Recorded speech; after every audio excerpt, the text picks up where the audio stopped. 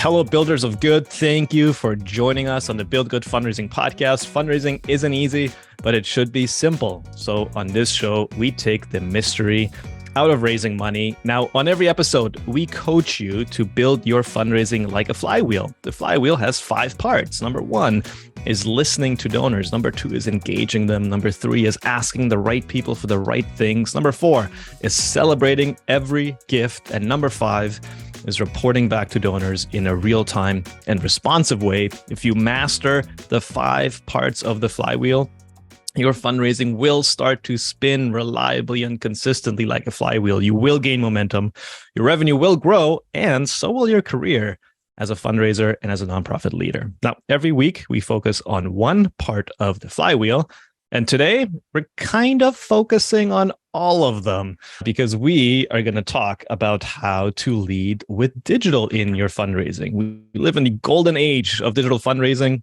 It's the most efficient ecosystem where we can test, we can learn, we can refine, all for very little investment. It's never been easier to test stuff online. Digital has this power to have like really immersive strategies. It scales easily. You can bring your donors closer to your work using digital. And it also supports everything else you're doing, including direct mail, including other channels. But a lot of organizations kind of use it backwards. Instead of leading with digital, they kind of use it as a bolt-on at the back end. We're going to do something over here. We're going to use digital as a bolt-on at the back end to help. But how can you lead with digital? Well, on today's podcast, we chat with Erik Rubadeau. He's the CEO of Yeeboo Digital, a data-driven full-service fundraising agency. His expertise on digitally led fundraising and tech innovation and adoption has helped hundreds of nonprofits launch new initiatives and grow their revenue. So here's our chat with Erik.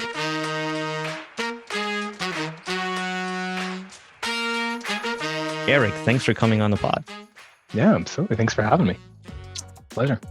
Let's start here. When we say digital, it's like a really broad term, and like every day it gets broader, right? Because just like everything is digital now. So some people think, hey, if I'm doing email, that's digital. Other people think if I'm doing social media, that's digital.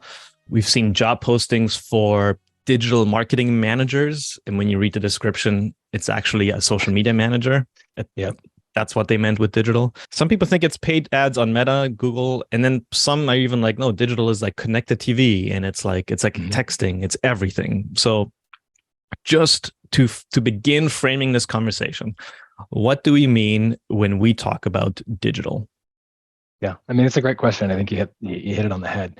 For me and for our organization, when we think about digital, it's an ecosystem. It's an effort to try to acknowledge that digital is not a single channel. When we think about channels in the way that we think about fundraising and marketing and in different channels, and when we think about them from that perspective, what I think we have a tendency to oversimplify digital and forget that it is not one thing, as you just pointed out. It's actually dozens of things, and it doesn't mean that you have to do all of them to be successful in digital. Maybe digital does just mean email for your organization. But for me, it's really trying to help remind, educate, expand the awareness, if you will, around digital, that it is an ecosystem, and there are within that ecosystem a whole bunch of different pieces that actually all work super well together. And then at the height of a functioning digital program, you're probably running a number of these different initiatives and feeding between them. And then certainly, ideally leveraging out to, high impact things like, telemarketing, direct mail, things like that. But, within the digital ecosystem, there's a number of pieces that are actually really kind of playing together, but it doesn't mean you have to have them all. It's not it's like not Pokemon. You don't have to get them all, but you've got to think about like, what are the pieces that your organization is going to be doing inside of that digital ecosystem? What are the levers you're going to be pulling? What are the pieces of that you're going to be kind of leaning on? Yeah. I want to just address some concerns. People sometimes are a little bit afraid of digital because they feel like, I don't know how to code. I don't know how to like build a website. Yeah. I know how to pick up a phone and talk to somebody. And to be fair, that's a very meaningful relationship for sure. Yeah. But there's things that digital can do to actually make sure you have more of those meaningful relationships. Yeah. So maybe we can put some people at ease here, and maybe you can get a little bit into how non-technical people can leverage digital just as much as technical people. Yeah, absolutely. I mean, so I've been doing this for closing in on about 20 years. And, I think it's definitely where, where the fear comes from is, when I got started, everything did kind of have to be coded. You had to, to really be successful with some of these things, you had to know how to code an HTML email. You had to know how to code, landing pages. You had to know a little bit of PHP to move data between things. Like there was a time in digital fundraising where like, yeah, like you were either a developer light or you had a developer near you because it was kind of required to get the most out of it. In the same way that, like we don't have like there's been such a progression in technology, and I think you just have to look at what we're kind of on the tip of right now with artificial intelligence, that like it's gotten a lot easier. Drag and drop email builders. You don't need to know how to code anymore. You just drag the pieces in, like we're taking technology is coming along and has come along in such a way now, you don't really need to be all that technical to execute a good digital program. I mean, there's still a lot to know, certainly, but you don't need to know how to code. I was talking to somebody actually just before this call or before this, and she was just saying like she's completely non-technical, but ran a digital agency for a number of years, is now that running digital at a nonprofit organization is not technical. So I think what that says to me is that like we've come a long way in the technology side to make it a lot easier for users. And to what I was saying earlier, when we think about where AI is kind of going, it's only going to make it easier. You're going to be able to use natural language to ask for what you want, to query a database and all that kind of stuff. So some of these pieces, in the way that drag and drop emails kind of taken the need away from, from people within an organization to know how to code and figure out email. I think that we're going to see that with AI. It's going to take away the need to understand how to do a query in SQL or, really dig into a database. You can just start asking it the questions, and the natural language processor is going to make your life a lot easier. So that was the long-winded answer of, technology's come a long way and it's making it a lot easier for us to execute than it used to be. Yeah, I think one of the skills that is becoming increasingly important, and it's a non-technical skill. You might think it's technical, but you don't need to know how to code. You don't need to know HTML. You don't need to know any of that stuff. It is just knowing how to assemble your tech stack, just like researching tools and knowing which tools to use. So you and I are having this chat right now. There's people in the room. We're on Zoom. Those people came to the room because Claude, who works on our team, is using a tool called Luma and LinkedIn to invite people. And that takes care of all the reminders, sets this call up, everything. You and I just show up. Ivy, who's on this call after this video gets uploaded to a G drive, and then she's going to make an initial edit. It goes into Airtable. I get a notification via Slack to check her video. I make some changes. I change the status. She gets a notification via Slack. And then she's using a tool called Descript to make the little videos. And all of that is highly technical. And neither Cloyd, Ivy, nor myself are technical people at all. It just took us a while to figure out, Airtable, Zapier, Descript. These are all different tools that we can use, and we can sort of, chain them together in a way that they all interact. And it's not that hard. It takes a bit of time to maybe learn it, but just a few years ago, I wouldn't have thought that I was capable of that. Yeah. No, I mean, it's a really great point. I mean, we have a number of processes like that inside our organization where it's like, 5 years ago, it was a dream, and we are a technical team. That's kind of who we are, so there were, there were things that we were like, oh God, we're never going to get the time to do that thing. And then some technology advancement comes along. We're like, oh, great. We were looking at one yesterday, an app that's kind of coming out called Superface, which is AI for APIs. So you don't even one of the last, still APIs still require developers. Well, this thing is so cool. You point it, you just give it the documentation for the API and tell it what you want it to do, and it gives you back all the code. You just dump it in and away you go. So the advancements in technology are making life so much easier. I mean, one of the tech partners that we work with, Engaging Networks, for example, they built a drag and drop marketing automation tool a couple of years ago. And I remember the first time I saw it, I said, this will actually make marketing automation possible for organizations. Because, before that, it was, oh, well, you just got to build this query and then build that query and know how to schedule all these different email times. No, it's what you see on the screen. Like, I want a box that says email. I want a little plus that says wait 3 days. I want a decision tree. Like, the first time I saw it, I was like, this is going to change the game. People are going to now start doing marketing automation because it's easy. So yeah, I'm personally a big fan of technology. It's kind of it's my bend, I guess. I've been taking things apart since I was a kid. So, I love the technology side of it, but I Yeah. love that what we're doing with technology is making it more accessible and easier for people to use. Yeah. OpenAI just came up with their code interpreter, Yeah. code explorer. I forget the name, but that will also make just like analyzing your donor data a lot easier for nonprofits, because Yeah. you literally just have a conversation. You say, I'm wondering how many of our monthly donors are upgrading or are churning Mm-hmm. or Yeah. whatever. And you just have like a back and forth conversation with this tool that will help you interpret some of your data, which is very cool. All right, so we've got that out of the way. Hopefully we've put some anxiety at bay, where you say, even if you're not technical, you really don't have to be. This is very much within the reach of almost anyone who can invest a little bit of time in learning some of these tools. And there are tools available for just about anything you want to do nowadays that are a mix of automation and AI, or just like drag and drop editors where you don't have to be coding stuff. So very, very visual sort of interfaces. Yeah. Yeah. I mean, the hardest part, I think, in the next couple of years will not be the technology. It will be the strategy of what you want to do with the technology. I think that we're going to see so much advancement in the ease of use of some of these kind of last technical hurdles we have to overcome, that we're going to have to, organizations are going to have to be like, well, what's the question we're trying to answer? It's not going to be a technology limitation anymore. It's going to be a strategy limitation. Okay, so let's dig into leading with digital. Like I said, we often use digital as a bolt-on. We're doing this thing over here, and then we think, okay, how can we support it? Maybe digital can drive some traffic to it, or maybe digital can drive some awareness to it, or maybe digital can make it easier.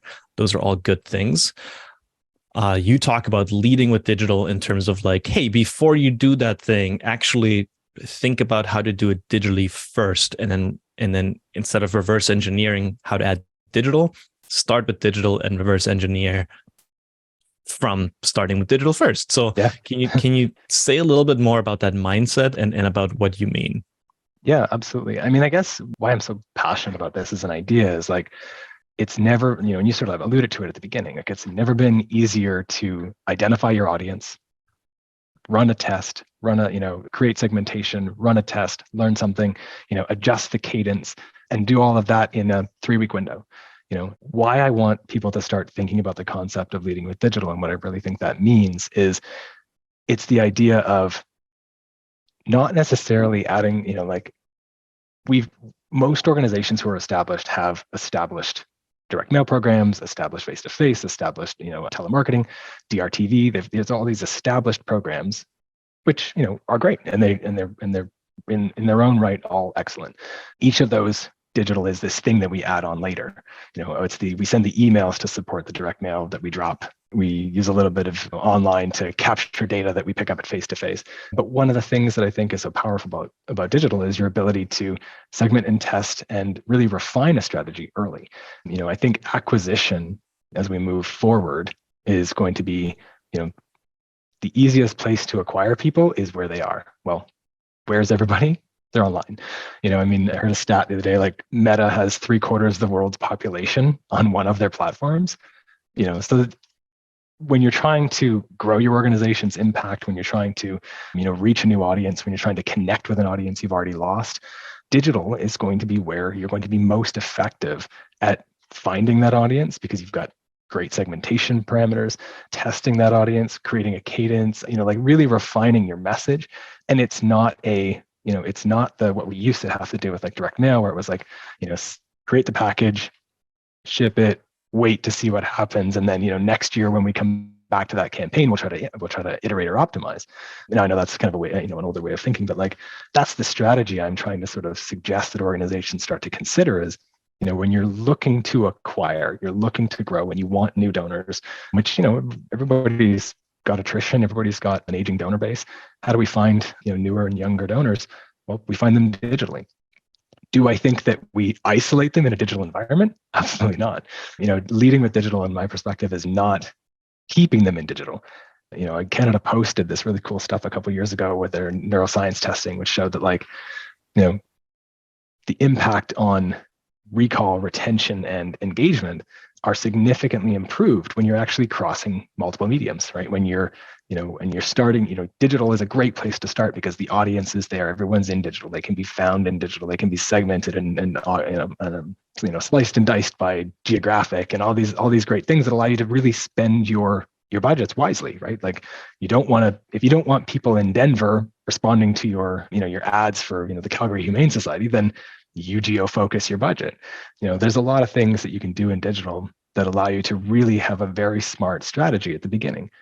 Then you want to take that strategy, you want to refine it, learn it, optimize it, and then you want to expand it, right? Like I was sort of saying a second ago about the stuff that Canada Post was talking about was like, somebody who's acquired digitally but gets a piece of direct mail in the next 6 weeks after engaging with digital has a significantly higher brand affinity and brand recall and likelihood to engage than they do if they receive 12 emails, right? Like there's something unique and wonderful about getting something physical in your hand. But from a strategic perspective, you can't send everybody a direct mail. It's just too expensive to try to go out and say, hey, let's put out 5 million pieces and see what happens.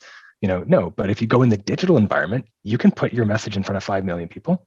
Your cost to do that is so much lower. You can refine, you can refine that process. You can see what message resonates. And once you know that, you use that to sort of expand on and move into all the other different channels that we know are so successful. So for me, and I have a tendency to get off topic, so sorry if I'm wandering here. For me, when I'm thinking about leading with digital, it's defining your strategy in digital. It's refining your strategy in digital, and then figuring how do you translate that out. So when you're leading with digital, it means you really are thinking about not how does digital end up in the strategy. It's digital helps us define the strategy because it's the best place to find people, the best place to refine, the best place to test, and then you use that to sort of expand and scale from there. Yeah.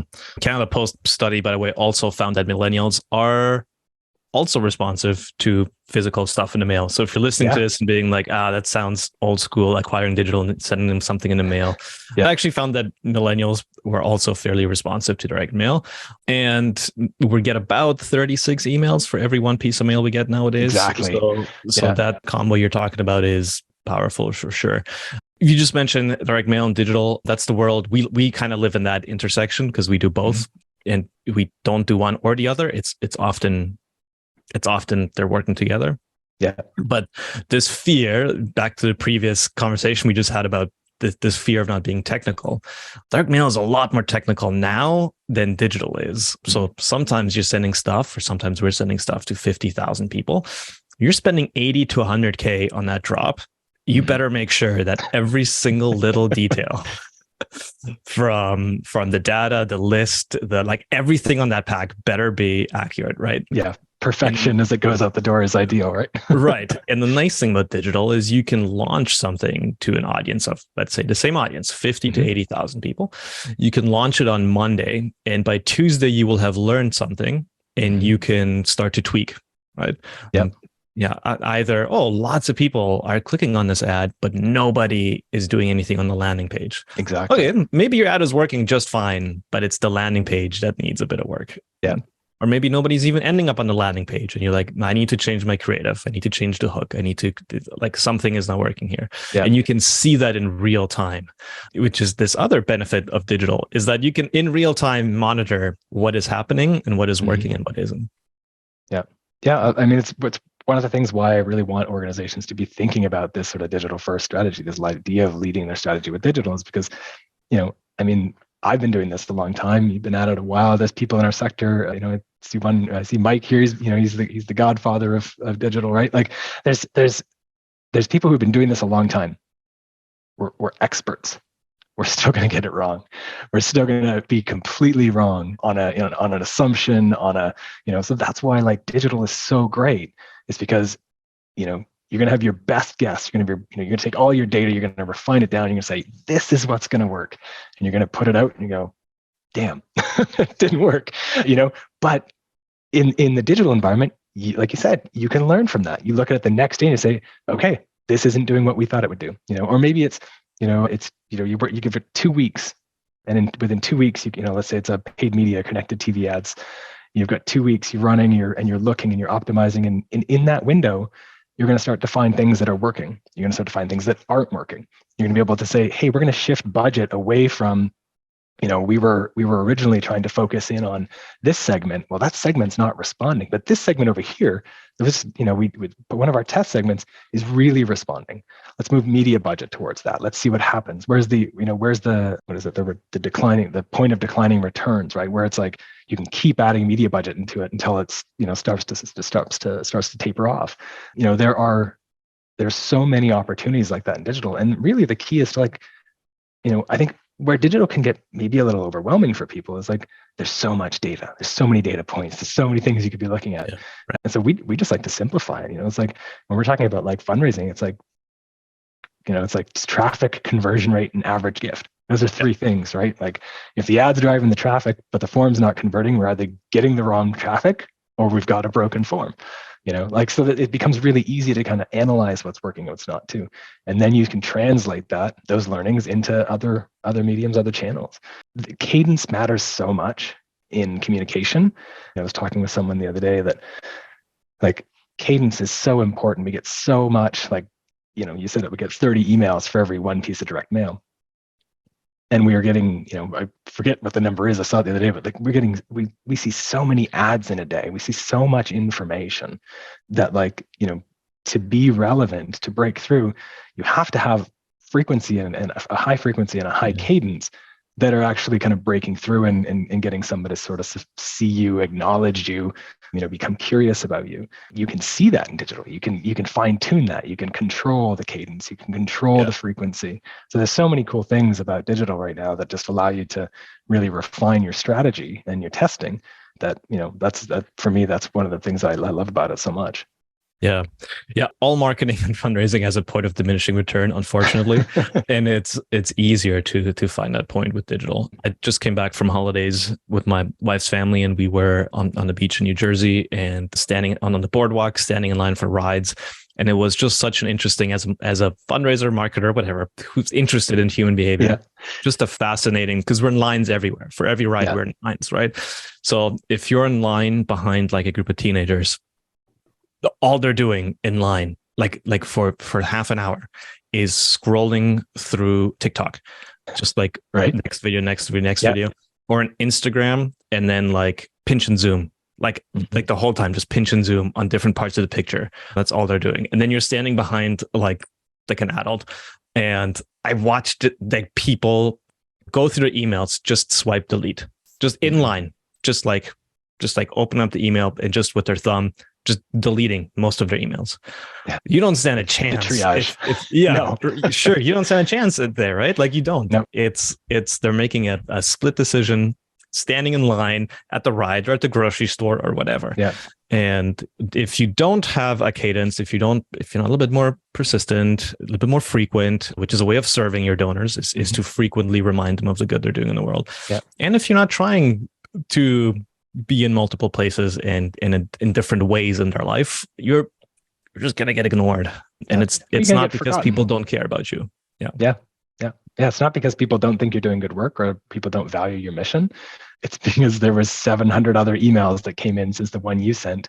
It's like, when I was talking to somebody the other day, and we were just talking about some of the simple strategies, right? Like if your organization doesn't resend an email to the people that didn't open, you're missing out on massive opportunity. And people think, oh, well, isn't that annoying? I said, no, that email didn't even stand a chance. Like if it didn't get opened, it, could have been part of the morning triage. Maybe the subject line didn't speak to them.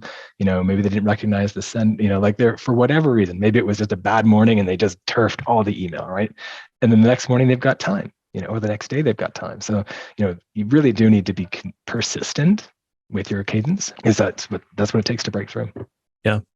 All right. So we use a fictitious charity on this podcast and in the Build Good Academy. The charity is Caring Hearts. And Caring Hearts is an organization that helps women who are facing homelessness and women who are fleeing domestic abuse. And oftentimes these women have kids. Sometimes they're single moms. So that's the fictitious charity, Caring Hearts.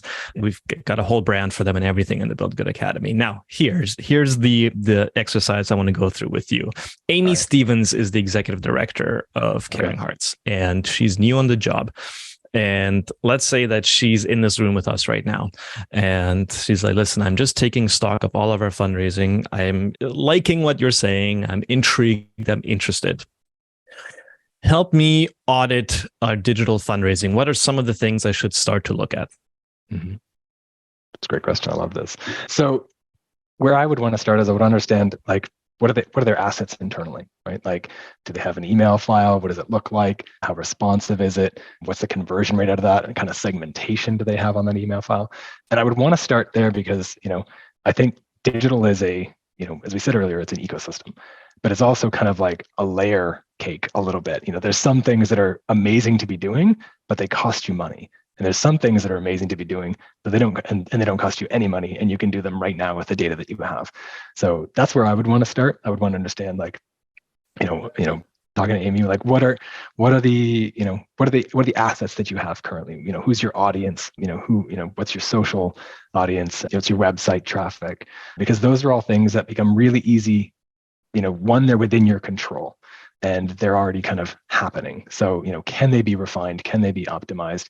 If we were taking stock of, like the fundraising program kind of from a digital, that's where I would want to start. I want to understand, like, do we have a 5,000 person email file? Do we have a 50,000 person email file? And size is great, but like, what's our response rate within that size, right? Because 5,000 people who give a real damn is going to be worth more than 45,000 people who open the odd email every single day. It's one of those things where I like to remind organizations that, like, the size of your email file is largely a vanity metric. It's great to have that many people, but really you should be refining it down to, like, people who actually open your emails or engage with you inside the last 12 months. Yeah, so that's where I'd start. Where do we go from there? So a typical shop in the Build Good Fundraising Academy, like Caring Hearts, has an email list of about 2,000 to 3,000 people. So a small shop. Yeah. Open rates are anywhere between like 30 to 50%.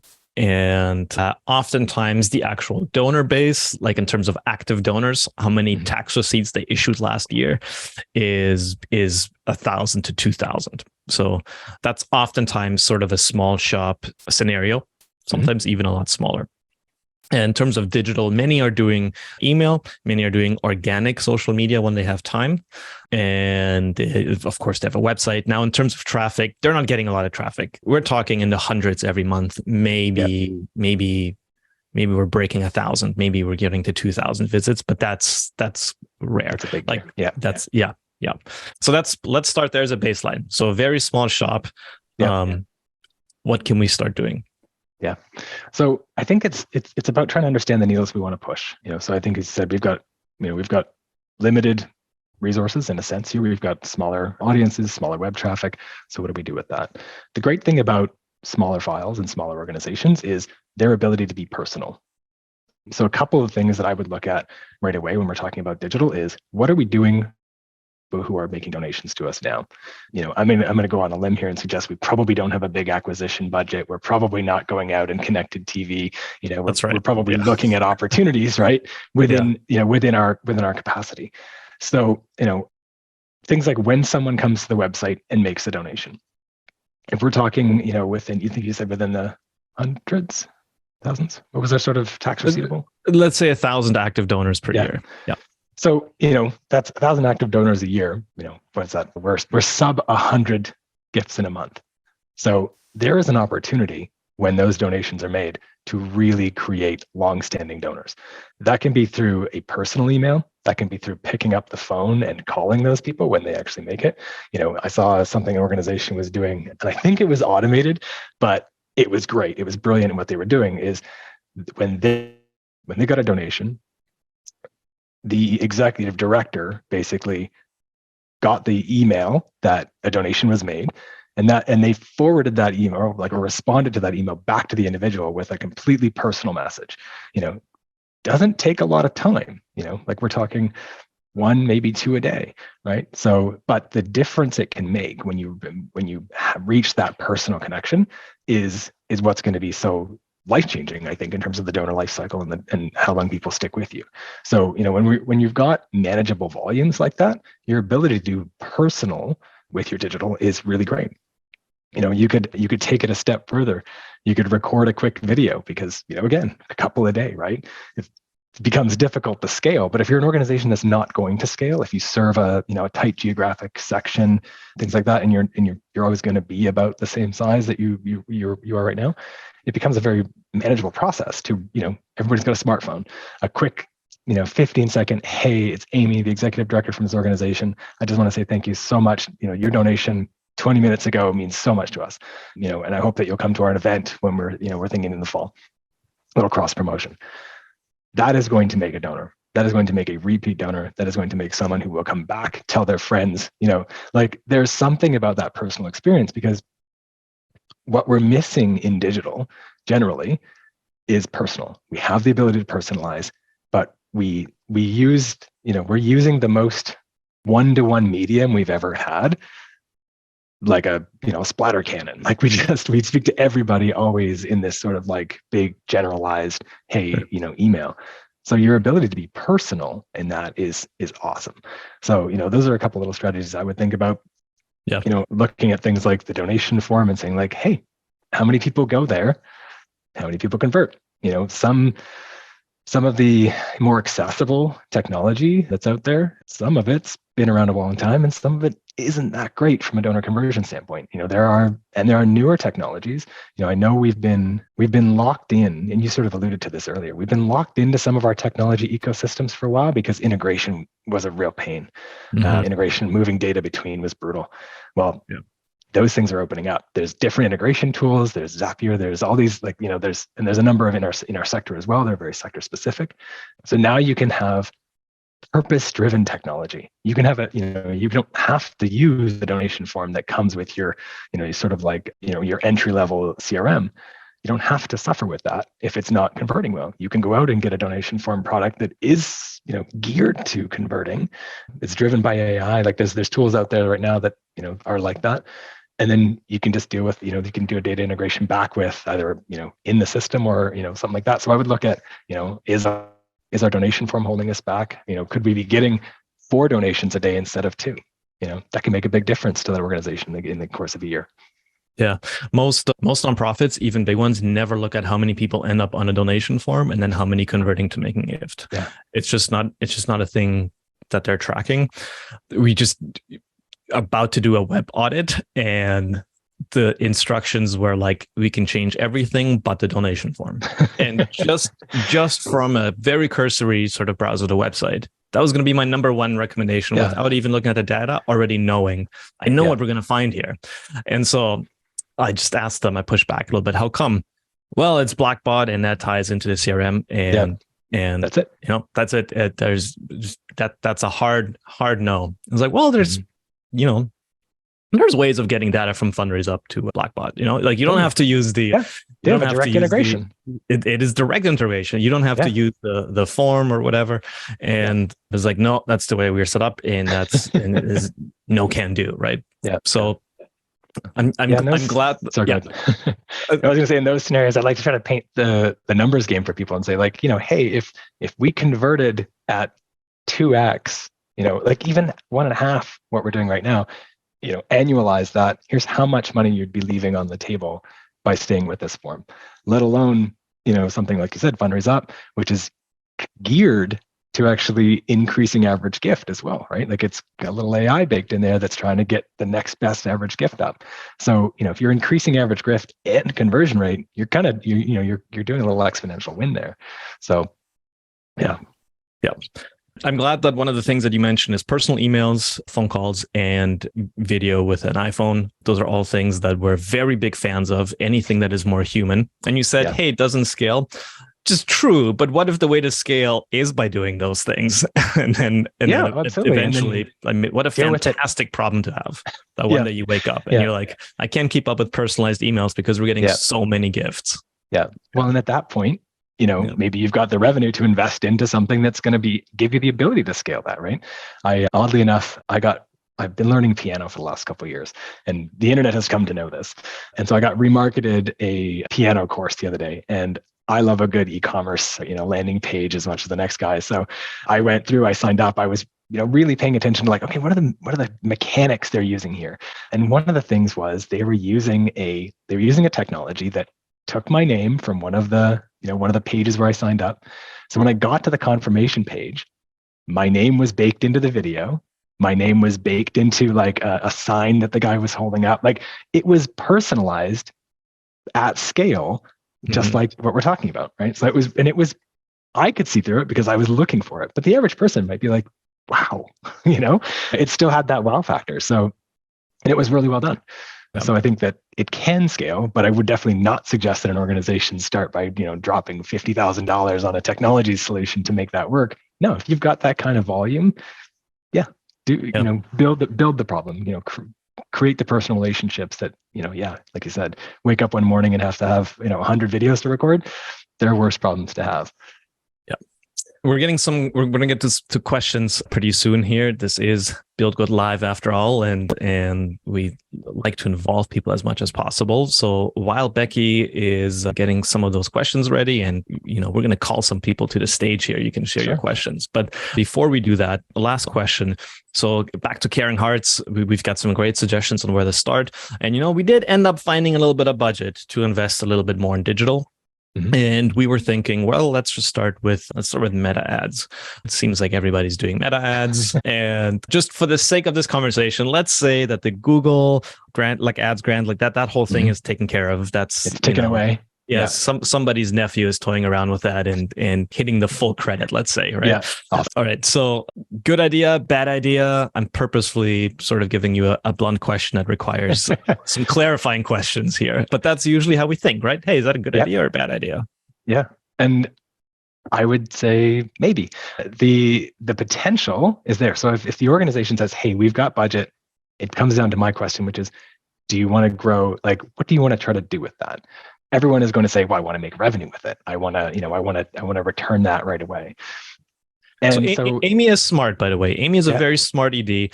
She wants new donors, and she knows that spend might not pay off in the next 12 months. Yep. But new donors is the long game. Yeah.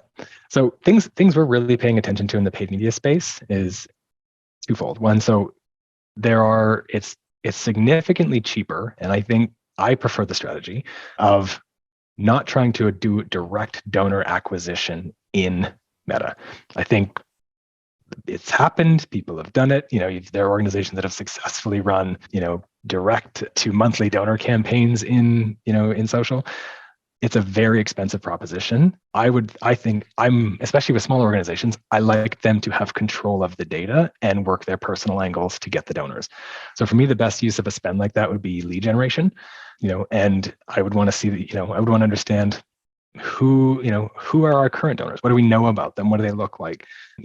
A lot of organizations we talk to might say, well, we want younger donors. Okay, well, not too young because they've got to have, but like millennials aren't young anymore either. So, unfortunately for us, it's thinking about like, okay, well, who are we going to go after? Then, really hyper segmenting in on, well, the key is to make this as effective as we can, which means we should run some very limited micro tests, hyper focus in on a few audiences, a couple $100 kind of here and there, and see what we can kind of get in terms of traction on the ads, traction to lead forms. I would definitely suggest using the in Meta lead form as opposed to driving to your landing page.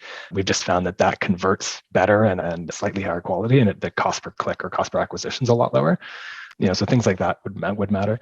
But I would want to see the organization basically take that spend, run a series of essentially small tests, hyper-focused really on testing audience and message, and then trying to expand that based on budget from there.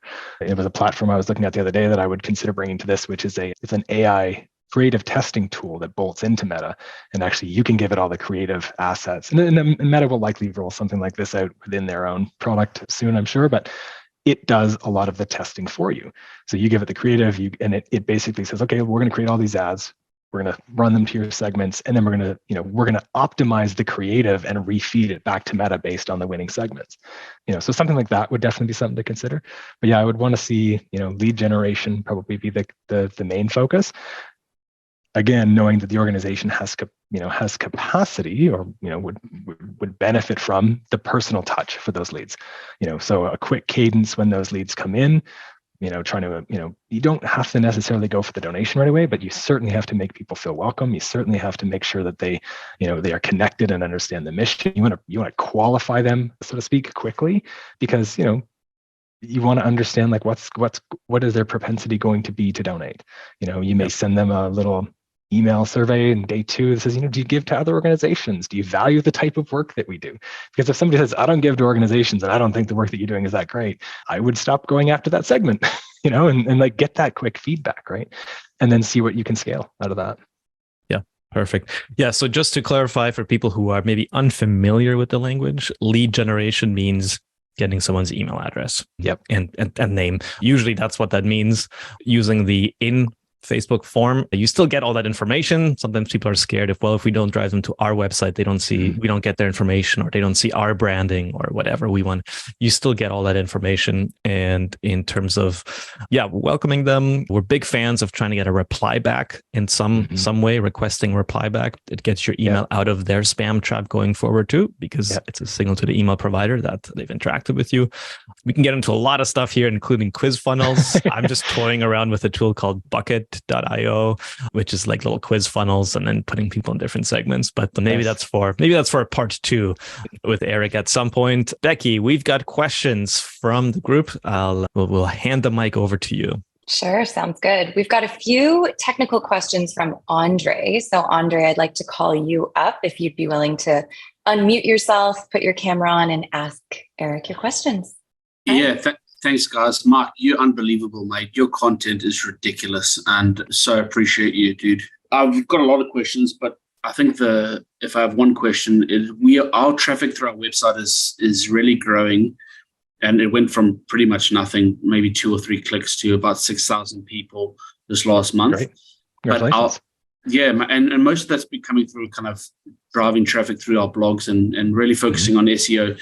But mate, our conversion rates in terms of people making a gift off the back of that traffic is shocking, like non-existent. So I kind of feel like I've done the first part of the puzzle, but I have no idea now how to take that into something that's actionable. Yep. I have to give my 2 cents on that. So first off, congratulations on the traffic. I think, you've nailed the first part of the equation, right? You brought the people. So there's one of 2 things that have, maybe it's the wrong traffic, but if they're coming from your stuff, they're coming from your blogs, I'm going to be willing to say probably it's the right traffic. What may be too big of a lift for them right now is getting a direct donation. So what you may want to look for is an intermediary action where you're getting their email address. You've got maybe you've got a little offer, something like that. And offers don't have to be corporate swag or like iPads. Offers can be like, hey, our executive director is going to run a live phone webinar or something like that at the end of the month. Would love you to give people the opportunity to sign up for that. It's gauging interest, so you're getting a chance to people are opting in to things for you. You're getting the lead at the same time. They're kind of pre-qualifying. But to me, when I hear that, without knowing anything else, I would say that maybe the lift to donation is just too big of an ask right now, and you need to kind of create a little bit more personal relationship between where they are and where you want them to be. And I would look at getting that email address is probably priority number 1. Whether that's the traditional newsletter sign up, looking at your site and saying where we're sending them, are we is there the right offer? Is there an opportunity for them to sign up? Are we giving them something to engage with? To what Mike was saying, is it a quiz? Like, is there something that we can do to engage with them that will get their email address so we can create a personal relationship on the heels of this that could lead to a donation? I think that's probably where I'd start to look. Mate, do you know of anybody who's doing this brilliantly that I can get an example of this? Off the top of my head, I can't, but I'm sure if I put some thought to it, I could probably send something to Mike and have him post it. Thanks, fella. Yeah, Andre, I just went to your website real quick. By the way, thanks for being here. Thanks for the comment. Really appreciate you. I just went to your website real quick. I went to your blog just to have a quick look here. Looks like people are probably finding you because they have questions about discipleship or the Bible, or they probably type in, does the word Christian even appear in the Bible? That's the blog I'm looking at. And apparently it only appears 3 times in the New Testament. So they're probably going to your website for answers, right? Now you've got an email sign up, but it only says impact your inbox, and it's first name, last name, and email. So impact your inbox. You need a better value proposition for what they're going to get out of this. It's too vague. So if people are going for answers about the Bible, you could just switch that headline to something like questions about the Bible. We'll send you one new insight every week, and you'll learn something you never knew, no matter how long you've been a Christian, or no longer how long. Like that's you need a bit of a value prop, but even that, it's kind of like off to your side. They may not even see that. I think you've got so much content on your website, and it looks like you're really like an expert in this. An easy thing you could probably do is just a pop-up as people are reading the blog a few seconds in, and just a download. It can be like, 49 things you never knew were in the Bible, like something like that, just to get someone's email and to we're talking about lead generation. That I would definitely start there. I think with the amount of traffic you're getting and with the amount of expertise you have, I'm just looking at your blog here. Yeah, you've got something of real value to offer to a lot of people who are coming for your site. So whether they become a donor or not, I think you just owe it to them to get their email and to and to nurture that relationship. Yeah. Thanks, mate. That's golden, guys. Thank you so much. Yeah, absolutely. Good luck with it. That was a super cool real-time workshop. So thanks for that, guys. Thanks for your question, Andre. We've got another question here from Martha, who's wondering about getting data from the website to their CRM. Essentially, she's wondering if you can point her in the right direction for integrating Fundraise Up with Razor's Edge. It's supposed to sync, but some of the data doesn't. So there's still a large manual component of going into the gift in Razor's Edge and adding info that she'd like to eliminate. Yeah, so I'm guessing, Martha, you're using the out-of-the-box integration between Fundraise Up and Razor's Edge, and I'm assuming NXT, because I think that's the only one they have the direct integration with. So in that integration, there's an opportunity to map all the data points. So it could be one of two things. One, there could be opportunity in the mapping. So you could go back to the mapping that you have and see if there's anything that, didn't get mapped or is still available to be mapped, because you do have kind of a decent amount of flexibility there. If that's tapped out, if you're kind of at capacity with that and you still need that, at this point, I know we just finished saying like, oh, there's all these great ways to make everything easier. You might need to look at a little bit of an API connection between the two to get that data there. There's definitely ways to do it. They're not the cheap and cheerful ways like the out of the box, but there are ways to do it. With anything like that, when you're starting to look at, hey, we need to build something a little bit custom for ourselves, weigh it against the cost of an FTE. How much time and energy are you spending on it? Is it a full-time, half-time, quarter-time, eighth of a time? Is it just super annoying? Do we have the budget to deal with it? Do we not? If I need to go to the board to fight for it, like what's the sort of equation that it's costing me in time right now? Because they do have an open API, like they do have APIs on both ends. So the data that you're missing could definitely be programmed to move between the two, but you just have, I couldn't say exactly how best we go about it right now without diving into kind of what you've already got mapped and what the missing components are. But I would definitely go back to the mapping part in Fundraise Up and just have a quick look in case, the pieces of information that you are looking for just didn't get mapped on initial setup, because there are a number of, I think there's a number of hundred of data points that can be mapped between them. So yeah, it could just be that someone just connected the sort of key pieces at the beginning and didn't think they needed that information. So yeah, definitely check that. And then if you're still stuck, happy to chat about it at some point. If you want, I can even point in the right direction of how you might go about it. Awesome. I think that was probably super helpful for a bunch of people to hear. So thanks for asking that question, Martha. You're welcome. All right. Well, that is all for today. Thank you for being at Build Good Live. Thank you for being in the room. Thank you for hanging out with us around the fundraising campfire. At the end of every episode, we give you a short action plan. Today's short action plan is very simple, and it's actually something that we already discussed in the episode, which is this: go back to your shop and make a list of all the assets that you have. And when we're talking about assets, is an email list, information you have on your donors, your CRM. And then I would also include assets as people. Like, what people do you have on your team right now? How much time do they have?